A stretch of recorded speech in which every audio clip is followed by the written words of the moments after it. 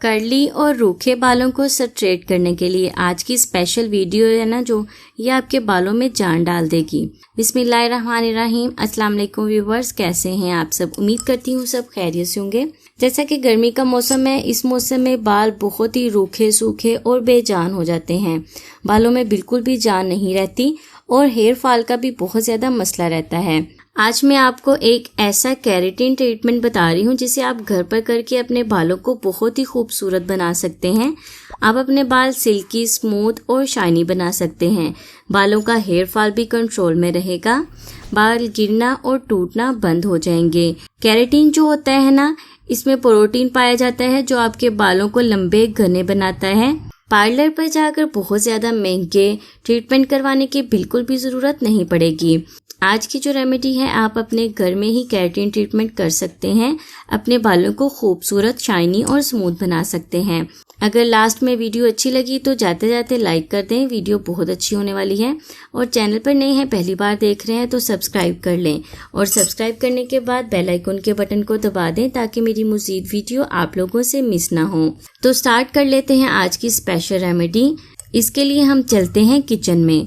आज की special remedy के लिए हमें चाहिए उबले हुए चावल आधा कप। अगर चावल बच जाते हैं, किसी ने खाए नहीं है, तब भी आपके काम आ सकते हैं, नहीं तो आप अलग से उबाल लें।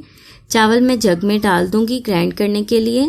चावलों के बाद हमें चाहिए खोपरा। ये नारियल जो है, इसे मैंने ना पानी में भिगो कर रख दिया था। इसके थोड़े से पीस, ये देखें, थोड़े से पीस ना मैंने पानी में भिगो कर रख दिए थे। छोटे छोटे पीसीस में कट कर लिया था मैंने और कप में मैंने भिगो कर रख दिया था।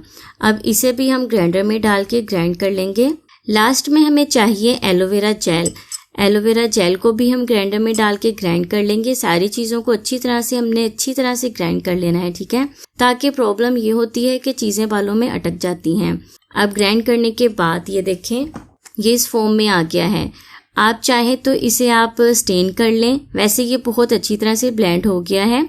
अब इनकी बात कर लेते हैं, इनके फ़ायदों की बात। चावल जो है, चावलों में अमाइनो एसिड पाया जाता है, प्रोटीन होता है बहुत ज़्यादा जो बालों की जड़ों को मजबूत करता है।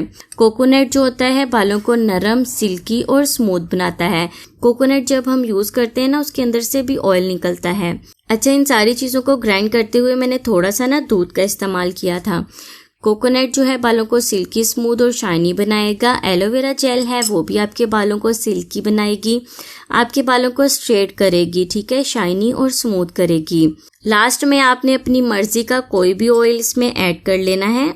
मैं यहाँ पे सरसों का तेल यूज़ कर रही हूँ। आप चाहें तो बादाम का तेल यूज़ करें, नारियल का या ऑलिव ऑयल, आप कोई भी ऑयल यूज़ कर सकते हैं। अब हमारा जो केराटिन मास्क है ना, ये देखें, ये बनकर रेडी हो गया है। अब आपको लगाने का तरीका बताती हूँ, बहुत ही आसान है। सबसे पहले आपने अपने बालों को ना वॉश कर लेना है, ठीक है। बालों को वॉश करने के बाद कंघी करें और बालों को अच्छी तरह से ना सीधा कर लें। कॉम्ब के साथ बालों को अच्छी तरह से स्ट्रेट कर लें। जब बाल अच्छी तरह से सीधे हो जाएं, तब आपने अपने बालों पर इस मास्क को अप्लाई करना है। अच्छा, अगर आपको प्रॉब्लम है चावलों की या कोई भी चीज़ ऐसी है जो आपके बालों में रह जाएगी, तो आप इसे छान लें या मलमल के कपड़े से इसे स्टेन कर लें। सारी चीज़ें निकल जाएंगी और आपके बालों में कोई प्रॉब्लम नहीं होगी। अब आपने करना ये है, बालों की जड़ों से लेकर आपने नीचे तक अच्छी तरह से इसे अप्लाई करना है।